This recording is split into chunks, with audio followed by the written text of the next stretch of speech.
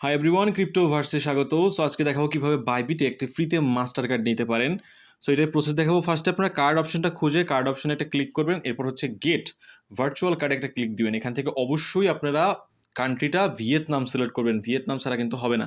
Vietnam select করবেন ফার্স্টে, দেন নিচে কন্টিনিউতে একটা ক্লিক দিবেন। সো এখানে একটু ওয়েট করবেন, এরপরে কার্ড অ্যাপ্লিকেশন এখান থেকে আপনি যদি ইউ আর এলিজিবল লেখা থাকে তাহলে আপনি নিচে স্টার্ট নাও একটা ক্লিক দিবেন। তারপর এখানে হচ্ছে আপনার কিছু পার্সোনাল ডিটেলস ফিল করা লাগবে, যেমন হচ্ছে অ্যাড্রেসের কথা।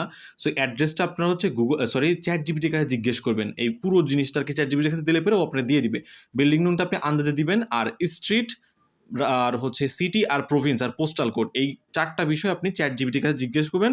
ও আপনাকে একদম সিরিয়াল বাই সিরিয়াল দিয়ে দেবো, ওই অনুযায়ী এখানে বসাই দিবেন, তাহলে হয়ে যাবে। যেমনটা আমি এখানে বসাইছি সিটি, প্রভিন্স, স্ট্রিট আর পোস্টাল কোড। সো এগুলো দেওয়ার পরে আপনি জাস্ট হচ্ছে উপরে যে অ্যাপার্টমেন্ট ওখানে টিকমার্ক দিবেন। এবার হচ্ছে আপনার নাম্বার আর হলো ইমেলটা চাইবে, এগুলো ঠিকঠাক থাকলে নিচে কন্টিনিউ দিবেন, এরপরে সাবমিট দিবেন। সাবমিট দেওয়ার পরে একটু সময় নেবে এখানে লোড নেওয়ার জন্য, যে তারপরে এরকম একটা নোটিফিকেশান আসবে।